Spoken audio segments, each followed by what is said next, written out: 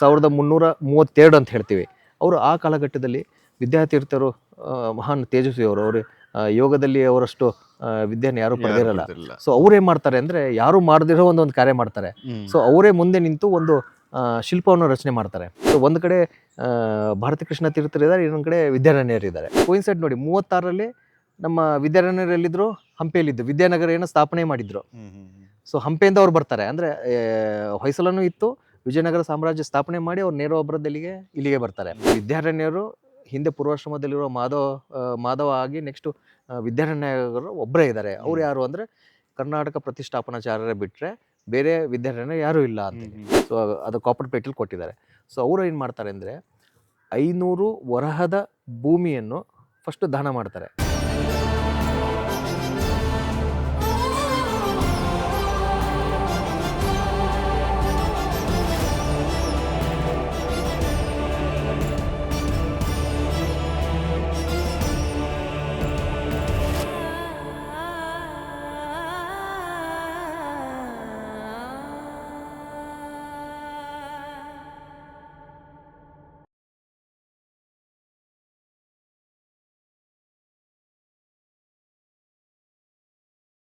Sir, ಅದೇ ಬೆಳಗ್ಗೆಯಿಂದ ಒಂದಷ್ಟು ನಾವು ಇವತ್ತು ಶೃಂಗೇರಿಯ ಇತಿಹಾಸದ ಬಗ್ಗೆ ಮಾತಾಡ್ತಾ ಬಂದ್ವಿ.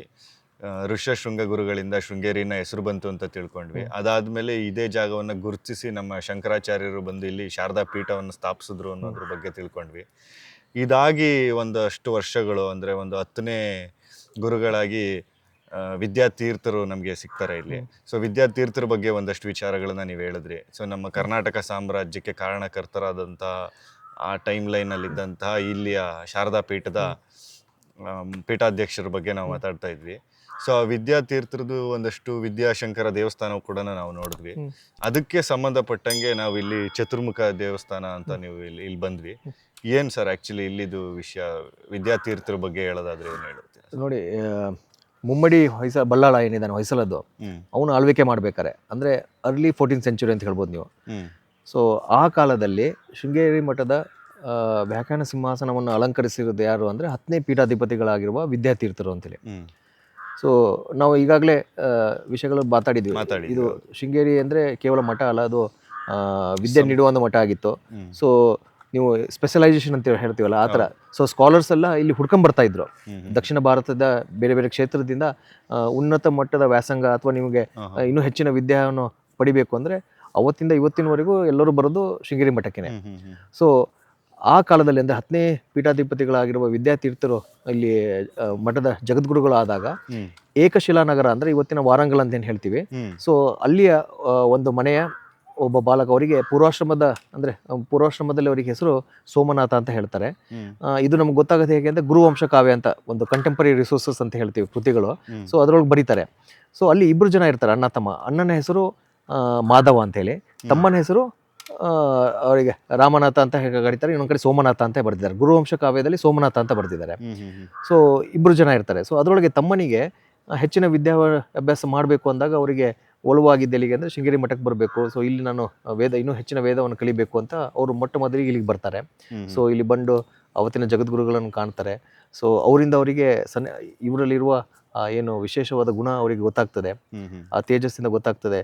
ಏನಂದರೆ ಈ ಒಟ್ಟು ಏನಿದೆ ಮುಂದಿನ ದಿನದಲ್ಲಿ ಒಳ್ಳೆ ದೊಡ್ಡ ಹೆಸರು ಮಾಡ್ತಾನೆ ಅಂತೇಳಿ ಅವರಿಗೆ ಸನ್ಯಾಸ ದೀಕ್ಷೆಯನ್ನು ಕೊಟ್ಟು ಅವರಿಗೆ ಸನ್ಯಾಸ ಪಟ್ಟ ಕೊಟ್ಟಾದ್ಮೇಲೆ ಅವರಿಗೊಂದು ಯೋಗ ಪಟ್ಟವನ್ನು ಕೊಡ್ತಾರೆ.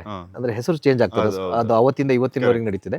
ಸೊ ಅವರಿಗೆ ಅವರು ನೀಡಿದ ಹೆಸರು ಭಾರತಿ ತೀರ್ಥ ಅಂತ ಕರೀತಾರೆ. ಒಂದೊಂದಿಷ್ಟು ಕಡತಗಳಲ್ಲಿ ಭಾರತಿ ಕೃಷ್ಣ ತೀರ್ಥ ಅಂತ ಬಂದಿದೆ. ಸೊ ಇದಾಗಿದೆ ಯಾವತ್ತು ಅಂದರೆ 1328. ಸೊ ನಂತರದಲ್ಲಿ ಈಗ ಅಣ್ಣ ಏನಿದ್ದಾನೆ, ಪೂರ್ವಾಶ್ರದ ಅಣ್ಣ ಏನಿದ್ದಾನೆ ಮಾಧವ, ಸೊ ಅವರು ಹೀಗೆ ತಮ್ಮ ಎಲ್ಲಿ ಹೋಗಿದ್ದಾನೆ ಅಂತ ಅವರು ಹುಡ್ಕೊಂಡ್ ಬರ್ತಾರೆ. ಸೊ ಹುಡ್ಕೊಂಡ್ ಬಂದು ಅವರು ಎಲ್ಲಿಗೆ ಬರ್ತಾರೆ ಅಂದ್ರೆ ಇದೇ ಶೃಂಗೇರಿಗೆ ಬರ್ತಾರೆ. ಸೊ ಅಷ್ಟೊತ್ತಿಗಾಗಲೇ ಪೂರ್ವಾಶ್ರಮದ ತಮ್ಮ ಏನಿದ್ದಾನೆ ಅವನು ಸನ್ಯಾಸಿ ದೀಕ್ಷೆಯನ್ನು ಪಡೆದಾಗಿತ್ತು. ಸೊ ಇವರು ಸಹ ಇಲ್ಲ, ನಾನು ಹೆಚ್ಚಿನ ವಿದ್ಯಾಭ್ಯಾಸ ಮಾಡಬೇಕು, ನಾನು ಇಲ್ಲೇ ನಿಮ್ಮಲ್ಲೇ ಸೇರ್ಕತೀನಿ ಅಂತ ಹೇಳ್ತಾರೆ. ಅವರು ಸನ್ಯಾಸಿ ದೀಕ್ಷೆಯನ್ನು ಪಡಿತಾರೆ.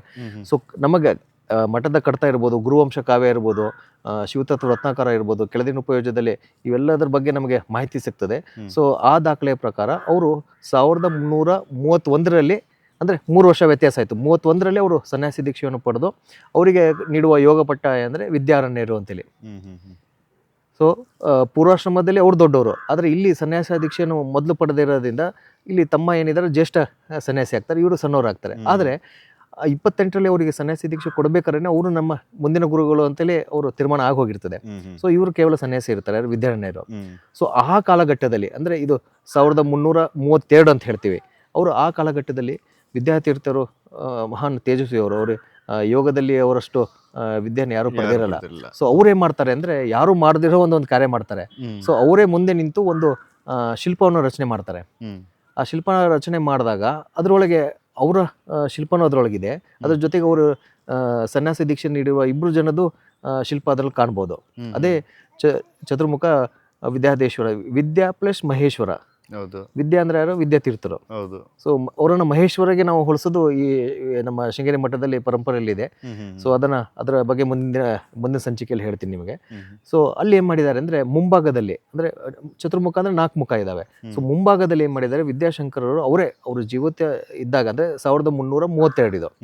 ಸೊ ಅವ್ರೇನ್ ಮಾಡ್ತಾರೆ ಅಂದ್ರೆ ಅವರು ಅಲ್ಲಿ ಚಿನ್ಮುದ್ರೆಯಲ್ಲಿ ಕುತ್ಕೊಂಡಿದ್ದಾರೆ. ಅವರ ಪಕ್ಕದಲ್ಲಿ ದಂಡ ಇದೆ. ಅಂದ್ರೆ ಈ ಎಲ್ಲ ಆಚಾರ್ಯಗಳಿಗೆ, ಜಗದ್ಗುರುಗಳಿಗೆ ಅವರೊಂದು ದಂಡ ಇರ್ತದೆ, ಮೇಲ್ಗಡೆ ಬ್ರಹ್ಮಸೂತ್ರ ಕಟ್ಟಿರ್ತಾರೆ. ಸೊ ಪಕ್ಕದಲ್ಲಿ ಎಡಬಲಕ್ಕೆ ಇನ್ನಿಬ್ರು ಜನ ನೋಡ್ಬೋದು ಅದೇ ತರ ದಂಡ ಹಿಡ್ಕೊಂಡು ಸನ್ಯಾಸಿಗಳು. ಅವರೆಲ್ಲರೂ ಕೌಪಿನ್ಯವನ್ನು ಉಟ್ಕೊಂಡಿದ್ದಾರೆ. ಅಂದ್ರೆ ಇವತ್ತಿನ ರೀತಿಯಲ್ಲ ಅದು. ಸೊ ಕೌಪಿನ್ಯದಲ್ಲಿ ಇದ್ದಾರೆ. ಸೊ ಒಂದ್ ಕಡೆ ಭಾರತಿ ಕೃಷ್ಣ ತೀರ್ಥರಿದ್ದಾರೆ, ಇನ್ನೊಂದ್ ಕಡೆ ವಿದ್ಯಾರಣ್ಯರಿದ್ದಾರೆ. ಅಂದ್ರೆ ಶೃಂಗೇರಿ ಮಠಕ್ಕೆ ಸಂಬಂಧಪಟ್ಟ, ಅಂದ್ರೆ ಅವಾಗ ಜಗದ್ಗುರುಗಳು 10ನೇ ಜಗದ್ಗುರು ಇದ್ರು, ನಂತರ ಬರುವ 11ನೇ ಜಗದ್ಗುರು, ಅದರ ನಂತರ ಬರುವ 12ನೇ ಜಗದ್ಗುರು ವಿದ್ಯಾರಣ್ಯರು. ಸೊ 3 ಜನ ಒಂದೇ ಶಿಲ್ಪದಲ್ಲಿ ಬರೋದು ಬಹಳ ಅಪರೂಪ. ಅದು ಅವರೆಲ್ಲರೂ ಜೀವಂತ ಇದ್ದಾಗ ವಿದ್ಯಾತೀರ್ಥರೇ ಮಾಡಿಸಿರೋದು. ಯಾಕೆ ಮಾಡಿಸೋದು ಅಂತ ಕೇಳ್ಬೋದು. ಅಂದ್ರೆ ಜೀವಂತ ಇದ್ದಾಗ ಈ ಪರಂಪರೆ ಬೇರೆ ಎಲ್ಲೂ ಬರಲ್ಲ. ಎಲ್ಲಿದೆ ಸರ್ ಅವ್ರು ಮಾಡಿಸಿರೋದು? ಸೊ ಇದು ಮಾಡಿಸಿರೋದು ಇದು ಚತುರ್ಮುಖ ವಿದ್ಯೇಶ್ವರ ದೇವಸ್ಥಾನದಲ್ಲಿ ನೋಡ್ಕೊಂಡ್ ಬಂದ್ವಿ. ಸೊ ಅಲ್ಲೇ ಇದೆ. ಸೊ ಅಲ್ಲೇ ಮಾಡ್ತಾರೆ ಅಂದ್ರೆ, ಸೊ ಮುಂಭಾಗದಲ್ಲಿ ವಿದ್ಯಾಶಂಕರು, ಪಕ್ಕದಲ್ಲಿ ಭಾರತಿ ಕೃಷ್ಣ ತೀರ್ಥರು ಮತ್ತೆ ವಿದ್ಯಾರಣ್ಯರಿದ್ದಾರೆ. ಮೇಲ್ಭಾಗದಲ್ಲಿ, ಅದರ ಮೇಲ್ಭಾಗದಲ್ಲಿ ನೀವು ನೋಡಿದಾಗ ಲಕ್ಷ್ಮೀ ನರಸಿಂಹ ಇದ್ದಾನೆ. ಅದರ ಪಕ್ಕದಲ್ಲಿ ಚತುರ್ಭುಜ ಲಕ್ಷ್ಮಿಯ ವಿಗ್ರಹಗಳನ್ನು ನೋಡ್ಬೋದು. ಅದರ ಮೇಲ್ಗಡೆ ಲುಂಬಿನಿ ಶಿವಲಿಂಗ ಥರ ಇದೆ. ಅದು ಒಂಥರ ವಿಶಿಷ್ಟವಾದ ಶಿವಲಿಂಗ. ಮತ್ತು ಇನ್ನೊಂದು ಬದಿ ಬಂದಾಗ, ಅಂದರೆ ಕ್ಲಾಕ್ ವೈಸ್ ಡೈರೆಕ್ಷನ್ ಬಂದಾಗ, ಇನ್ನೊಂದು ಬದಿ ಬಂದಾಗ ನೀವು ಬ್ರಹ್ಮವನ್ನು ನೋಡ್ಬೋದು. 3 ತಲೆಗಳ ಬ್ರಹ್ಮ ಇದೆ. ಅದರ ಇನ್ನೊಂದು ತಲೆ ಆ ಬದಿ ಇದೆ, ನಮ್ಗೆ ಕಾಣಿಸಲ್ಲ ಅಂತ ನಾವು ಅದನ್ನ ಅರ್ಥೈಸ್ಕೊಂಡು ಅದನ್ನ ಆ ಬ್ರಹ್ಮನ ರೂಪವನ್ನು ನಾವು ಯೋಚಿಸಬೇಕಾಗ್ತದೆ. ಸೊ ಬ್ರಹ್ಮನಿಗೆ ಐಕೋನೋಗ್ರಫಿ ಅಂದ್ರೆ ಅದ್ರ ಪ್ರಕಾರ ಏನೇನು ಇಟ್ಕೋಬೇಕು ಅದು ಇಟ್ಕೊಂಡಿದೆ. ಮೇಲ್ಗಡೆ ದಶಾವತಾರಗಳನ್ನ ತುಂಬಾ ಚೆನ್ನಾಗಿ ಕೆತ್ತಿದ್ದಾರೆ. ಅದೇ ರೀತಿ ಮುಂದಕ್ಕೆ ಹೋದಾಗ ಅಲ್ಲಿ ವಿಷ್ಣು ಇದ್ದಾನೆ. ಸೊ ವಿಷ್ಣುವಿನ ಐಕೋನೋಗ್ರಫಿಲಿ ಏನೇನು ಹಿಡ್ಕೋಬೇಕಾದ್ರೆ ಹಿಡ್ಕೊಂಡಿದೆ. ಹಾಗೆ ಮೇಲ್ಗಡೆ ದಶಾವತಾರ ಕೀರ್ತಿ ಮುಖ ಇಲ್ಲಿದೆ. ಕೊನೆಗೆ ಒಂದು ಸುತ್ತ ಹೊಡೆದು ಈಚೆಗೆ ಬಂದಾಗ ಅಲ್ಲಿ 4 ಮುಖ ಕಾಣಿಸ್ತದೆ. ಆದರೆ ಇನ್ನೊಂದು ಮುಖ, 5 ಮುಖ ಅಂತ ನೀವು ತಿಳ್ಕೊಂಡ್ರೆ ಅದು ಹಿಂಭಾಗದಲ್ಲಿದೆ, ನಮ್ಗೆ ಕಾಣಿಸಲ್ಲ ಅಂತ ನೀವು ಆ ಥರ ಗೋಚರಿಸಿದಾಗ 5 ಮುಖ ತಲೆಯುಳ್ಳ ಒಂದು ಈಶ್ವರ ಅಂತ, ಮಹೇಶ್ವರ ಅಂತ ತಿಳ್ಕೊಬೋದು. ಆದರೆ ಆ ಐಕೋನೋಗ್ರಫಿ ಮಾಡಿದಾಗ ಅದಕ್ಕೆ ಚಂದ್ರಶೇಖರ ಅಂತ ನಾವು ಹೇಳಬೇಕಾಗ್ತದೆ. ಒಂದ್ ಕಡೆ ಪರಶು ಇದೆ, ಒಂದ್ ಕಡೆ ಮೃಗ ಹಿಡ್ಕೊಂಡಿದ್ದಾರೆ, ಆಮೇಲೆ ಗಂಗೆ ಇದೆ, ಒಂದ್ ಕಡೆ ಚಂದ್ರ ಇದೆ ತಲೆಯಲ್ಲಿ. ಸೊ ಇದಕ್ಕೆ ನಾವು ಇದರೊಳಗೆ ಪ್ರತಿಮಾ ಶಾಸ್ತ್ರದಲ್ಲಿ ಇದಕ್ಕೆ ನಾವು ಚಂದ್ರಶೇಖರ ಮೂರ್ತಿ ಅಂತ ಹೇಳ್ತೀವಿ. ಅದಕ್ಕೆ ಸದಾಶಿವನು ಅಂತ ಹೇಳ್ತಾರೆ. ಸೊ ಈ ಅಂದ್ರೆ ಎಲ್ಲದೂ ಬಂತು ನೋಡಿ, ಬ್ರಹ್ಮ ವಿಷ್ಣು ಮಹೇಶ್ವರ, ಅದ್ರ ಮೇಲ್ಗಡೆ ಲಿಂಗ. ಸೊ ಅವ್ರು ಏನ್ ಹೇಳ್ತಾರೆ ಅಂದ್ರೆ, ಈಗ ಏನು ನಾವು ವಿದ್ಯಾಶಂಕರ ದೇವಸ್ಥಾನ ಕಾಣಿಸ್ತಾ ಇದೆ, ಸೊ ಅಲ್ಲಿ ಅವರು ತಪಸ್ಸಿಗೆ ಒಂದು ಕೂಡುವ ಯೋಚನೆ ಇರ್ತದೆ ಅವಾಗ ಇದನ್ನ ಮಾಡಿದಾಗ. ಸೊ ಏನ್ ಹೇಳ್ತಾರೆ ಅಂದ್ರೆ, 12 ವರ್ಷ ನಿರಂತರ ನಾನು ಅಲ್ಲಿ ತಪಸ್ಸು ಮಾಡ್ತೀನಿ. ಅಂದ್ರೆ ಮುಚ್ಕೊಂಡು ಕಟ್ಟಡ ಅದರ ನಾನು ಮುಚ್ಚಳಿಕೆ ಹಾಕ್ಬೇಕು, ಜೀವಂತ ಸಮಾಧಿ ತಗೊಂಡು ಅಲ್ಲಿ ಪೂಜೆ ಮಾಡ್ತೀನಿ. 12 ವರ್ಷ ನಂತರದಲ್ಲಿ ಈ ರೀತಿ ಲಿಂಗ ಏನಿದೆ ಅಲ್ಲ, ಈ ಲಿಂಗ ಆ ಸ್ವರೂಪದಲ್ಲಿ ಅಲ್ಲಿ ಬದಲಾವಣೆ ಆಗ್ತದೆ ಅಂತೇಳಿ ಅಂತ. ಸೊ ಇದು 32ರಲ್ಲಿ ಆಗ್ತದೆ ಇದು. ಆಮೇಲೆ ಇದು 32 ಆಸ್ಪಾಸ್ ಅಂತ ನಮ್ಗೆ ಹೆಂಗ್ ಗೊತ್ತಾಗ್ತದೆ ಅಂದ್ರೆ ಕಡತಗಳಲ್ಲಿ. ಅದೇ ರೀತಿ ಈ ನರಸಿಂಹಾಚಾರ್ಯರು ಅವಾಗ ಆರ್ಕಿಯಾಲಜಿಕಲ್ ಡೈರೆಕ್ಟರ್ ಏನಿದ್ರು, ಸೊ MAR ರಿಪೋರ್ಟಲ್ಲಿ ಅವ್ರು ಬರ್ತಿದ್ದಾರೆ ಏನಂದ್ರೆ, ಈ ಶಿಲ್ಪವನ್ನು ನೋಡಿದಾಗ ಇದು ಹೆಚ್ಚು ಕಡಿಮೆ 1300ರಿಂದ 1335 ಆಸ್ಪಾಸಲ್ಲಿ ಇರುವ ಹೊಯ್ಸಳ ಶೈಲಿಯ ಶಿಲ್ಪ ಅಂತ ಹೇಳಿದ್ದಾರೆ. ಸೊ ಅಲ್ಲಿಗಳಿಗೆ 2 ಇದು ರೇಟ್ ಆಗ್ತದೆ. ಅಂದ್ರೆ ಕಡತಗಳಲ್ಲಿ ಹೇಳೋ ಪ್ರಕಾರ 1332, ಅವ್ರು ಹೇಳೋ ಪ್ರಕಾರ ಹೊಯ್ಸಳ ಆರ್ಕಿಟೆಕ್ಚರ್ ಅನ್ನೋದು 2 ಕೋಯಿನ್ಸೈಡ್ ಆಗ್ತದೆ. ಸೊ ಅವ್ರು ಹೇಳಿದಾಗ ಏನ್ ಮಾಡ್ತಾರೆ, ಇವರು ಮುಂದಿನ ಗುರುಗಳಾಗಿರ್ತಾರೆ. ಸೊ ಇವರಿಗೆ ಪಟ್ಟ ಕಟ್ಟಿ 1333ರಲ್ಲಿ ಏನೀಗ ನಾವು ವಿದ್ಯಾಶಂಕರ ದೇವಸ್ಥಾನ ನೋಡ್ತಿದೀವಿ, ಅಲ್ಲಿ ನೆಲಮಾಳಿಗೆಯಲ್ಲಿ ಅಂದ್ರೆ ಅಲ್ಲಿ ಅವರು ತಪಸ್ಸಿಗೆ ಕೂತ್ಕೋತಾರೆ. ಅವ್ರು ಯೋಗ ಇದಿರ್ತದೆ, ಯೋಗ ಇದ್ರೊಳಗೆ ಜಾರ್ತಾರೆ. ಮೇಲ್ಗಡೆ ಮುಚ್ಚಳಿಕೆ ಮುಟ್ಟು ಅವ್ರು ಹೇಳ್ತಾರೆ, 12 ವರ್ಷ ಇಲ್ಲಿ ಯಾರು ಇದನ್ನು ತೆಗೆಯಬಾರ್ದು ಅಂತೇಳಿ. ಸೊ ನಂತರದಲ್ಲಿ ಏನು ಇವರು ನೆಕ್ಸ್ಟ್ 11ನೇ ಪೀಠಾಧ್ಯಕ್ಷರಾಗಿರುವ ಭಾರತೀ ತೀರ್ಥರು ಏನ್ ಮಾಡ್ತಾರೆ, ದಿಗ್ವಿಜಯ ಯಾತ್ರೆಗೆ ಹೋಗ್ತಾರೆ. ಅದೇ ರೀತಿ ಸನ್ಯಾಸಿ ದೀಕ್ಷೆ ಪಡೆದಿರುವ ವಿದ್ಯಾರಣ್ಯರು ಅವರು ತಪಸ್ ಮಾಡ್ಲಿಕ್ಕೆ ಮತ್ತೆ ಅವರು ಕಾಶಿ ಆ ಥರ ಬೇರೆ ಕಡೆ ತೆರಳ್ತಾರೆ. ಸೊ ಅವ್ರು ಹೋದಾಗ ಏನಾಗ್ತದೆ, ಈ ಮಠದ ಅವಾಗೆಲ್ಲ ಈ ಥರ ಫೋನು ಮೊಬೈಲ್ ಅವೆಲ್ಲ ಏನಿಲ್ಲ. Correct. ಸೊ 3 ವರ್ಷದ ನಂತರ ಇಲ್ಲಿ ಒಂದಿಷ್ಟು ಜನ ಪರಿಚಾರಕರು ಏನಾಗ್ತದೆ, ಏನಾಗ್ತಿರ್ಬೋದು ನೋಡೋಣ ಅಂತ ಕುತೂಹಲಕ್ಕೆ. ಸೊ ಕುತೂಹಲ ಅನ್ನೋದು ಎಲ್ಲರೂ ನಮ್ಮಲ್ಲೂ ಇರ್ತದೆ, ಎಲ್ಲರೂ ಇರ್ತದೆ. ಸೊ ಕುತೂಹಲಕ್ಕೆ ಏನಾಗ್ತಿದೆ ಅಂತ ಆ ಚಪ್ಪಡಿಯನ್ನು ಸರಿಸಿ ಅವ್ರು ನೋಡಿದಾಗ ಈ ಲಿಂಗಕ್ಕೆ ಹೇಗೆ ಕನ್ವರ್ಟ್ ಆಗ್ತಾ ಇರ್ತದೆ, ಅದು ಅರ್ಧ ಆಗಿರ್ತದೆ ಅಷ್ಟೇ. ಯಾಕಂದ್ರೆ 12 ವರ್ಷ ಕಾಲ. ಸೊ ಇವರು ತೆಗೆದು ನೋಡ್ಕೊಳ್ಳಿ ಏನಾಗ್ತದೆ, ಆ ಆ ಕ್ಷಣಕ್ಕೆ ಭಾರತೀ ತೀರ್ಥರು ಇರ್ಬೋದು, ವಿದ್ಯಾರ್ಥಿ ಇಬ್ಬರಿಗೂ ಇದಾಗ್ತದೆ, ಏನಂದ್ರೆ ಇಲ್ಲಿ ಏನೋ ಎಡವಟ್ ಆಗಿದೆ ಶೃಂಗೇರಿಲಿ, ಈ ಥರ ಮಾಡಿದ್ದಾರೆ ಅಂತೇಳಿ. ಸೊ ಇಬ್ಬರು ವಾಪಸ್ ಶೃಂಗೇರಿಗೆ ಬರ್ತಾರೆ, ಮರಳು ಬರ್ತಾರೆ. ಆದರೆ ಅವರು ಬರೋ ಹೊತ್ತಿಗೆ ಆಕಾಶದಲ್ಲಿ ಒಂದು ಸೂಚನೆ ಇವರೇ ನಮ್ಮ ವಿದ್ಯಾತೀರ್ಥರೇ ಇವ್ರಿಗೆ ಕೊಡ್ತಾರೆ, ನೀವೇನು ಬೇಜಾರು ಮಾಡ್ಕೊಳ್ಳೋದು ಬೇಡ, ಆಗೋಗಿದೆ. ಸೊ ಅದೇ ಜಾಗದಲ್ಲಿ ನಾನು ಎಲ್ಲಿ ತಪಸ್ಸಿ ಕೂತ್ಕೊಂಡಿದ್ದೆ, ಅದೇ ಜಾಗದಲ್ಲಿ ನಾನು ಹೇಳಿದ ರೀತಿಯಲ್ಲಿ ಒಂದು ಶಿವಲಿಂಗವನ್ನು ಸ್ಥಾಪನೆ ಮಾಡಿ ಅಂತೇಳಿ, ಈಶ್ವರ ಲಿಂಗನ ಸ್ಥಾಪನೆ ಮಾಡಿ ಅಂತೇಳಿ. ಸೊ ಇಬ್ರು ವಾಪಸ್ ಬರ್ತಾರೆ, ಮರಳಿ ಇವರು ದಿಗ್ವಿಜಯ ಯಾತ್ರೆಗೆ ಹೋದವರು ಅವರು ವಾಪಸ್ ಬರ್ತಾರೆ, ವಿದ್ಯಾರಣ್ಯರು ವಾಪಸ್ ಬರ್ತಾರೆ. ಸೊ ಬಂದಾಗ ಇದು 3 ವರ್ಷ ಅಂದ್ರೆ 33ರಲ್ಲಿ ಆಗಿದೆ ಅಂದ್ರೆ 1366 ಅಂದ್ರೆ ನೋಡಿ ಕೋಯಿನ್ಸೈಡ್ ನೋಡಿ, 36ರಲ್ಲಿ ನಮ್ಮ ವಿದ್ಯಾರಣ್ಯರಲ್ಲಿದ್ರು, ಹಂಪಿಯಲ್ಲಿದ್ದು ವಿದ್ಯಾನಗರ ಏನೋ ಸ್ಥಾಪನೆ ಮಾಡಿದ್ರು. ಸೊ ಹಂಪೆಯಿಂದ ಅವ್ರು ಬರ್ತಾರೆ, ಅಂದ್ರೆ ಹೊಯ್ಸಳನೂ ಇತ್ತು, ವಿಜಯನಗರ ಸಾಮ್ರಾಜ್ಯ ಸ್ಥಾಪನೆ ಮಾಡಿ ಅವ್ರು ನೇರ ಒಬ್ಬರದಲ್ಲಿಗೆ ಇಲ್ಲಿಗೆ ಬರ್ತಾರೆ. ಸೊ ಇದನ್ನ ಸ್ಥಾಪನೆ ಮಾಡಿದಾಗ ಆ ಲಿಂಗಕ್ಕೆ ವಿದ್ಯಾಶಂಕರ ಅಂತ ಹೇಳ್ತಾರೆ. ಸೊ ವಿದ್ಯಾಶಂಕರ ದೇವಸ್ಥಾನ ಅದೇ ಹೆಸರಲ್ಲಿ ನಾವು ಫೇಮಸ್ ಆಗಿಬಿಡ್ತದೆ, ವಿದ್ಯಾತೀರ್ಥ ಅವರಿಗೆ ಕಟ್ಟಿದ್ದು ವಿದ್ಯಾಶಂಕರ ದೇವಸ್ಥಾನ ಅಂತ. ಸೊ ಆ ವಿದ್ಯಾಶಂಕರ ದೇವಸ್ಥಾನದ ಒಂದು ಏನು ಐಕಾನ್ ಅದು ಆರ್ಕಿಟೆಕ್ಚರ್ ಏನಿದೆ, ಅದು ಸಂಪೂರ್ಣವಾಗಿ ಇಲ್ಲಿ ಏನು ಚತುರ್ಮುಖ ವಿದ್ಯೇಶ್ವರದಲ್ಲಿ ಸಿಗ್ತದೆ ಅದೇ ರೀತಿ ಇದೆ. ಈಗ ನೀವು ವಿದ್ಯಾತೀರ್ಥರ ಮಧ್ಯದಲ್ಲಿ ಕೂತ್ಕೊಂಡಿದ್ದಾರೆ, ಆ ಪೀಠದ ಕೆಳಭಾಗದಲ್ಲಿ ನೀವು ನೋಡ್ಬೋದು, ಅಲ್ಲಿ ಆಮೆ ಇದೆ. ಬೇರೆ ಮೂರ್ತಿಗಳಿಗೆ ಅವರವರ ವಾಹನಗಳಿದೆ. ಈಶ್ವರನಿಗೆ ಅವನ ನಂದಿ ಇದೆ, ವಿಷ್ಣುವಿಗೆ ಗರುಡ ಇದೆ, ಇವರಿಗೆ ಹಂಸ ಇದೆ. ಸೊ ನೀವು ಕೇಳ್ಬೋದು, ಈಗ ಬೇರೆ ಬೇರೆ ಜೈನರಿಗೆಲ್ಲ ಅವ್ರವ್ರ ವಾಹನಗಳಿರ್ತದೆ, ಆ ವಾಹನ ನೋಡ್ಕೊಂಡು ಯಾವ ಇದು ಅಂತ ಗೊತ್ತಾಗ್ತದೆ, ತೀರ್ಥಂಕರ್ ಅಂತ ನಾವು ಹೇಳ್ಬೋದು ನಾವು. ಸೊ ಇವರಿಗೆ ಯಾಕೆ ಆಮೆ ಇಟ್ಟಿದ್ದಾರೆ ನೋಡಿ, ಆಮೆ ಅನ್ನೋದು ನಮ್ಮ ಸನಾತನ ಹಿಂದೂ ಧರ್ಮದಲ್ಲಿ ಬಹಳ ಪ್ರಾಮುಖ್ಯತೆ ಬರ್ತದೆ. ದಶಾವತಾರದಲ್ಲಿ ಆಮೆ ಬರ್ತದೆ. ಆಮೇಲೆ ನಮ್ಮಲ್ಲಿ ನೋಡಿ, ಆಮೆ ಏನಂದ್ರೆ ಅಂದ್ರೆ ಈ ಲಾಂಗಿಟಿವಿಟಿ ಅಂತ ಹೇಳ್ತೀವಲ್ಲ, ಅತಿ ಹೆಚ್ಚು ವರ್ಷ ಬಾಳೋದು, ಆಮೇಲೆ ಗಟ್ಟಿತನ. ನಮ್ಮಲ್ಲಿ ನೀವು ದೇವಸ್ಥಾನದಲ್ಲಿ ಧ್ವಜಗಳನ್ನು ಹಾರಿಸ್ತಾರೆ, ಧ್ವಜ ಹಾರಿಸ್ಲಿಕ್ಕೆ, ಧ್ವಜಾರೋಹಣ ಮಾಡ್ಲಿಕ್ಕೆ ಧ್ವಜ ಸ್ತಂಭಗಳಿರ್ತವೆ. ಹೆಚ್ಚಿನ ಪಕ್ಷ ಧ್ವಜ ಸ್ತಂಭಗಳಿರೋದು ಆಮೆಯ ಮೇಲೆನೆ. ನೀವು ಕೊಲ್ಲೂರಿಗೆ ಹೋಗ್ಬೋದು, ಎಲ್ಲೇ ಹೋಗ್ಲಿ, ನೀವು ಧ್ವಜ ಇದ್ ಮಾಡ್ಬೇಕಾರೆ ಅದನ್ನ ಆಮೆ ಮೇಲೆ ಮಾಡ್ತಾರೆ. 1328ರಲ್ಲಿ ಭಾರತೀ ತೀರ್ಥರು ಅಂದ್ರೆ ರಾಮನಾಥ ಸೋಮನಾಥ್ ಅವರು ಬಂದು ಇಲ್ಲಿ ದೀಕ್ಷೆ ತಗೊಂಡು ಭಾರತೀ ತೀರ್ಥರಾಗಿ ನೆಕ್ಸ್ಟ್ ಮುಂದಿನ ದಿನಗಳಲ್ಲಿ 11ನೇ ಜಗದ್ಗುರುಗಳಾಗ್ತಾರೆ. ಮಾಧವ ಇದ್ದವರು ಇಲ್ಲಿ ಬಂದು ಸನ್ಯಾಸ ದೀಕ್ಷೆ ತಗೊಂಡು ವಿದ್ಯಾರಣ್ಯರಾಗಿ ಅವ್ರು 12ನೇ ಜಗದ್ಗುರುಗಳಾಗ್ತಾರೆ. ಸೊ ಒಂದೇ ಸ್ಕಲ್ಪ್ಚರಲ್ಲಿ 10, 11, 12ನೇ ಶೃಂಗೇರಿ ಜಗದ್ಗುರುಗಳು ಇಲ್ಲಿ ಇರೋದು, ಅದು ಅವರು ಜೀವಂತವಾಗಿ ಇದ್ದಾಗ ಅದನ್ನ ಮಾಡಿಸ್ಕೊಂಡಿರೋದು ಬಹಳ ವಿಶೇಷ ಅದು. ಸೊ 3 ಜನ ಜಗದ್ಗುರುಗಳು ಒಂದೇ ಫ್ರೇಮಲ್ಲಿ ಬರೋದು ಬಹಳ ಅಪರೂಪ. ಆಮೇಲೆ ಈಗ ತುಂಬಾ ಕಡೆ ಕಾಂಟ್ರವರ್ಸಿ ಬರ್ತದೆ, ಏನಂದ್ರೆ ಮಾಧವ ಅಂದ್ರೆ ಪೂರ್ವಾಶ್ರಮದ ಮಾಧವ ಅಂತ. ಸೊ ಮಾಧವ ಮಂತ್ರಿ ಬಗ್ಗೆ ನಾವು ಡಿಸ್ಕಷನ್ ಮಾಡಿದ್ವಿ. ಇನ್ನೊಂದ್ ಕಡೆ ಬರ್ತದೆ ಏನಂದ್ರೆ ಮಾಧವಾಚಾರ್ಯ ಮತ್ತೆ ಸಾಯಣಾಚಾರ್ಯರು ಅಂತ ಹೇಳ್ತಾರೆ. ಸೊ ಅವ್ರು ಇವರೇ ಅಂತ ಹೇಳ್ತಾರೆ. ಅವ್ರು ಇವರೆಲ್ಲ ಅನ್ಲಿಕ್ಕೆ ಮತ್ತೆ ಗುರುವಂಶ ಕಾವ್ಯಕ್ಕೆ ಹೋಗ್ಬೇಕಾಗ್ತದೆ. ಸೊ ಅಲ್ಲಿ ವಿದ್ಯಾರಣ್ಯರು ತಪಸ್ ಮಾಡ್ಬೇಕಾರೆ ಇವರಿಬ್ರು ಅಣ್ಣ ತಮ್ಮಂದಿರು ಇವರು. ಸೊ ಅವ್ರ ಹತ್ರ ಬಂದು ನಮ್ಗೆ ಗಂಡು ಮಕ್ಕಳು ಬೇಕು ಅಂತ ಹೇಳಿ ಅಂತ. ನಿಮ್ಗೆಲ್ಲ ಗೊತ್ತು, ಹಿಂದಿನ ಕಾಲದಲ್ಲಿ ಗಂಡು ಮಕ್ಕಳನ್ನೇ ಅಪೇಕ್ಷೆ ಪಡ್ತಾ ಇದ್ರು, ಅಂದ್ರೆ ನಮ್ಮ ವಂಶನ ಮುಂದುವರ್ಕೊಂಡು ಹೋಗ್ಬೇಕು, ಉತ್ತರಾದಿ ಬೇಕು ಅಂತ. ಸೊ ವಿದ್ಯಾರಣ್ಯರು ಅವ್ರು ತಪಸ್ವಿಗಳು, ಅವ್ರು ಹೇಳ್ತಾರೆ, ಇಲ್ಲ ಈ ಜನ್ಮದಲ್ಲಿ ನಿಮಗೆ ಆ ಯೋಗ ಇಲ್ಲ, ಆದರೆ ನಿಮ್ಮ ಹೆಸರು ಈ ಜಗತ್ತಿರುವವರೆಗೂ ನಿಮ್ಮ ಹೆಸರು ಅಜಮರಾಮ ಇರಬೇಕು ಅಂದರೆ ನೀವು ಒಳ್ಳೆ ಕೃತಿಗಳನ್ನು ರಚನೆ ಮಾಡಲಿಕ್ಕೆ ಹೆಸರುವಾಸಿಯಾಗಿದ್ದವರು, ಅದನ್ನು ಮುಂದುವರಿಸಿ ಅಂತ ಇವರೇ ಮಾಡ್ತಾರೆ. ವಿದ್ಯಾರಣ್ಯರು ಸಾಕಷ್ಟು ಕೃತಿಗಳನ್ನು ಬರೆದಿದ್ದಾರೆ. ಸೊ ಅವಾಗ ಒಂದಿಷ್ಟು ಟಿಪ್ಪಣಿಗಳು ಬರೆದಿದ್ದನ್ನು ಅವರು ಇವರಿಗೆ ಕೊಡ್ತಾರೆ, ಅದನ್ನು ನೀವು ಫುಲ್ಫಿಲ್ ಮಾಡಿ, ಕಂಪ್ಲೀಟ್ ಮಾಡಿ, ನಿಮ್ಮ ಹೆಸರಲ್ಲಿ ಅದನ್ನು ಇದು ಮಾಡಿ ಅಂತೇಳಿ. ಸೊ ಅದನ್ನು ಇವರು ಮುಂದುವರ್ಸ್ಕೊಂಡು ಆ ಟಿಪ್ಪಣಿಗಳನ್ನೆಲ್ಲ ಹಿಡ್ಕೊಂಡು ಇವರು ಆ ಕೃತಿಗಳನ್ನು ರಚನೆ ಮಾಡಿ ಬಿಡ್ತಾರೆ. ಸೊ ಇದು ನಮಗೆ ಗುರುವಂಶ ಕಾವ್ಯದಿಂದ ಗೊತ್ತಾಗ್ತದೆ. ಇದಕ್ಕಾಗಿ ಏನು ತುಂಬ ಜನ ಏನು ತಿಳ್ಕೊಂಬಿಟ್ಟಿದ್ದಾರೆ, ವಿದ್ಯಾರಣ್ಯರ ಟಿಪ್ಪಣಿ ಹಿಡ್ಕೊಂಡು ಇವ್ರು ಬರ್ದಿದ್ದಾರೆ ಬಿಟ್ರೆ ಮಾಧವಾಚಾರ್ಯರು ಮತ್ತೆ ಸಹನಾಚಾರ್ಯರಿಗೂ ಮತ್ತೆ ಈ ವಿದ್ಯಾರಣ್ಯರಿಗೂ ಏನು ಸಂಬಂಧ ಇಲ್ಲ. ಆಮೇಲೆ ಇನ್ನೊಂದು ಮಾಧವ ಮಂತ್ರಿ ಬರ್ತಾರೆ, ಅವರೇ ಸೆಪ್ರೇಟು. ಸೊ ವಿದ್ಯಾರಣ್ಯರು ಹಿಂದೆ ಪೂರ್ವಾಶ್ರಮದಲ್ಲಿರೋ ಮಾಧವ ಆಗಿ ನೆಕ್ಸ್ಟ್ ವಿದ್ಯಾರಣ್ಯರು ಒಬ್ಬರೇ ಇದ್ದಾರೆ. ಅವ್ರು ಯಾರು ಅಂದ್ರೆ ಕರ್ನಾಟಕ ಪ್ರತಿಷ್ಠಾಪನಾಚಾರ್ಯರೇ ಬಿಟ್ರೆ ಬೇರೆ ವಿದ್ಯಾರಣ್ಯ ಯಾರು ಇಲ್ಲ ಅಂತ. ಸೊ ಹಾಗಾಗಿ ಇಲ್ಲಿರುವ, ಆಮೇಲೆ ಈ ಜಾಗಕ್ಕೆ ಸಿಂಹಗಿರಿ ಅಂತ ಹೇಳ್ತೀವಿ. ಸಿಂಹಗಿರಿ ಶೃಂಗೇರಿಯ ಪ್ರಪ್ರಥಮ ಅಗ್ರಹಾರ. ಅಗ್ರಹಾರಗಳು ಎಲ್ಲ ಸೇರಿದಾಗ ಶೃಂಗೇರಿ ಒಂದು ಧರ್ಮ ಸಂಸ್ಥಾನ ಆಗ್ತದೆ. ಆದರೆ ಈ ಸಿಂಹಗಿರಿ ಅನ್ನೋದೇನಿದೆ, ಈ ಸಿಂಹಗಿರಿಯಲ್ಲಿ ಹಳೆಯ ಅಗ್ರಹಾರದಲ್ಲಿ ಈ ಚತುರ್ಮುಖ ವಿದ್ಯೇಶ್ವರ ದೇವಸ್ಥಾನ ಇದೆ.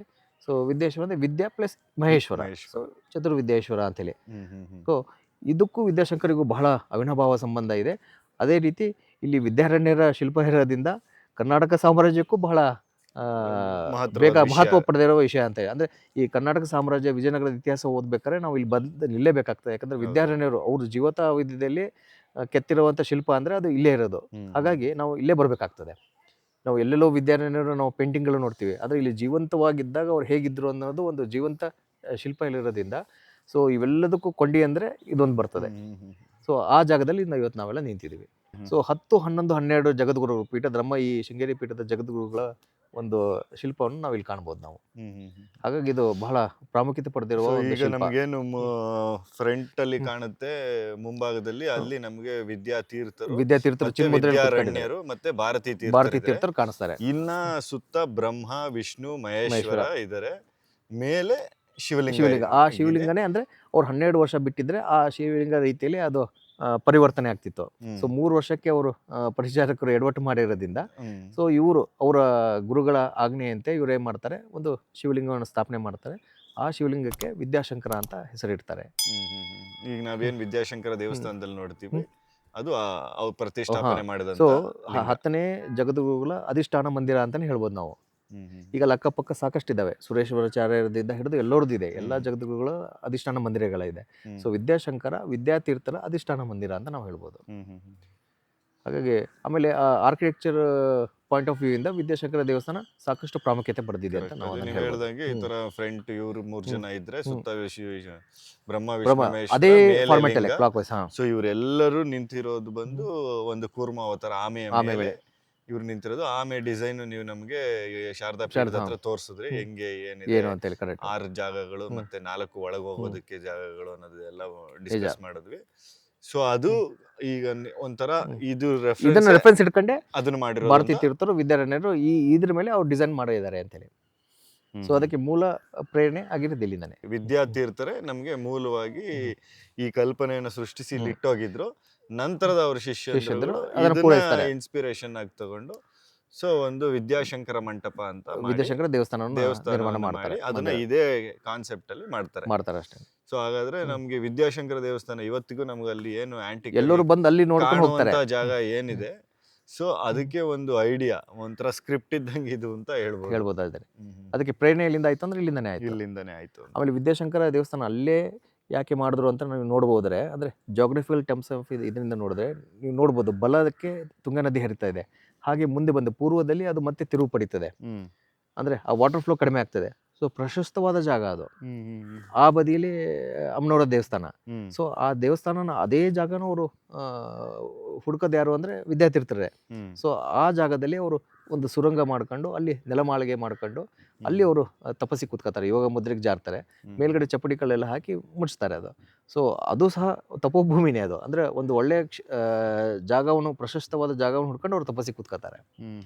ಹಾಗಾಗಿ ಇದು ನೋಡಿ, ಇದರ ಮುಂಭಾಗದಲ್ಲೇ ಅದು ಬರ್ತದೆ ನೋಡಿ. ಅದು ಅಂದ್ರೆ ಅವರಿಗೆಲ್ಲ ದೂರದೃಷ್ಟಿ ಇತ್ತು, ಹಾಗಾಗಿ ಅವರು ಅಲ್ಲಿ ಹತ್ತಿರದಲ್ಲೇ ಮಾಡಿದ್ದಾರೆ. ಇದು ತುಂಗಾ ನದಿ ಈ ಬದಿ ಇದೆ, ಅದು ತುಂಗಾ ನದಿ ಆ ಬದಿ ಇದೆ, ಅಷ್ಟೇ ಬರುತ್ತೆ, ಬೇರೆ ಏನು ವ್ಯತ್ಯಾಸ ಇಲ್ಲ.